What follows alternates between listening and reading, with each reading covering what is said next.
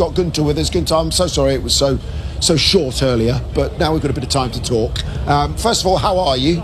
And what are the plans now for Günther?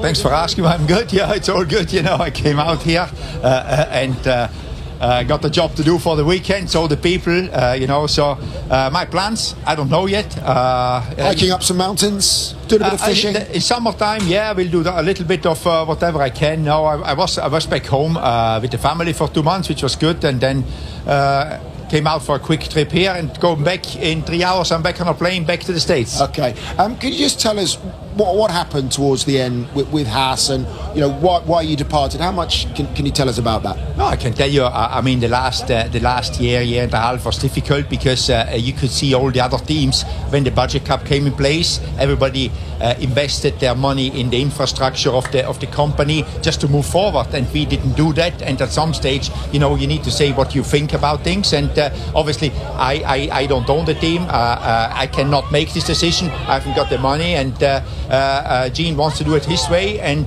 obviously he didn't like what I had to say, and therefore my contract was not extended, which I was okay with it. That was Gene earlier having a little look around the car. Have you spoken to him this weekend? No, I haven't seen him, no. Okay, just moving on to what you saw out on track today. Let's get your overall impressions of race one for 2024.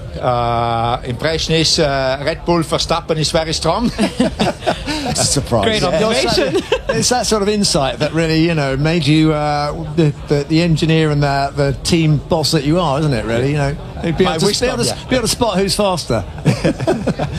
Did you feel any pangs at all? I mean, I found it when I'm coming back and doing Sky as a driver, and I'm standing there and I'm not a driver anymore. I'm talking about people doing their work. Is there any kind of strange feeling you get being here and not actually running a team? No, not really, Damon. I think the strange feeling for me was actually the first morning when I walked out of my room. I was like, okay, I walk out here very light. I mean, I go to the racetrack. Obviously, I didn't really know what expects me because I've never done this job before doing TV. And but I didn't have already 10 things in my head. I need to do this by this and this time. I need to see this. I've got this problem. I need to go and speak with FIA. We have got this thing to do. It was like, okay, I go to the racetrack and see what comes at me. So I felt very, light, call it like this. A lot of big news off track during the winter period, including your departure from Haas, but also Lewis going to Ferrari, which is going to unleash a chain of events that we cannot wait to watch play. There's 13 drivers on the grid that don't have a contract by the end of this year. If you were Toto Wolff, with your experience as a TP, what do you think he's looking for that second seat, and who would you put in it? I think he's looking for speed, somebody consistent, but also somebody maybe for the future. So it's I think Toto's in a very good position, because nothing will move until he moves, and obviously they have got the young driver Kimi Antonelli in Formula 2, which is a protege of Mercedes since I don't know how many years, so they've got time to see if how he's doing in F2. Maybe he's a talent like Max Verstappen, which came out of the old Formula 3 straight into Formula 1. If Kimi can do the same, I think Toto can take the gamble, because he's about the same age. Otherwise, he has got all the drivers without a contract he can pick from, and he's in no hurry, because none of these guys will make a move before that seat is full. Why would they? You haven't said who you would put in it.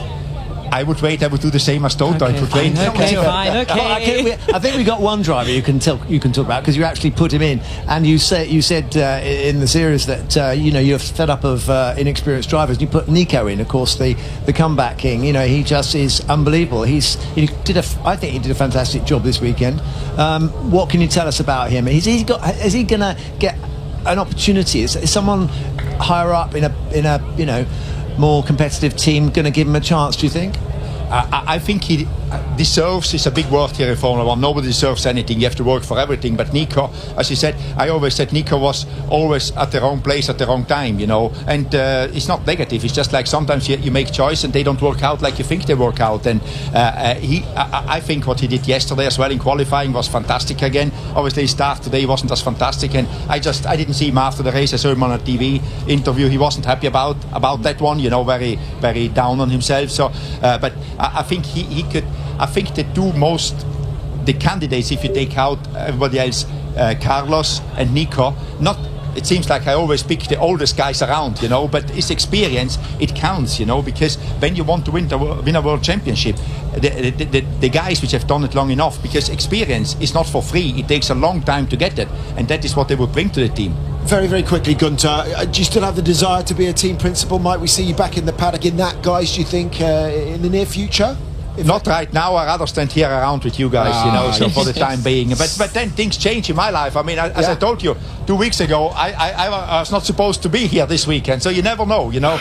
Get surprised. Probably refreshing that you don't have the Drive to Survive cameras following into breakfast and out your bedroom and things like that. Might take They're still with me. It'll be less colourful. They're still following him. They're still with me. Look above you. Oh, there they are. God, There they are. They sneak up on you, don't they, Netfest? There we go. Appreciate it, Günther. Fantastic. Swing by and see us any time. Thank you very much, working guys. for another Thank you. broadcaster, but great. Always good to hear from Günther. Let's hear from George Russell, who finished in 5th today.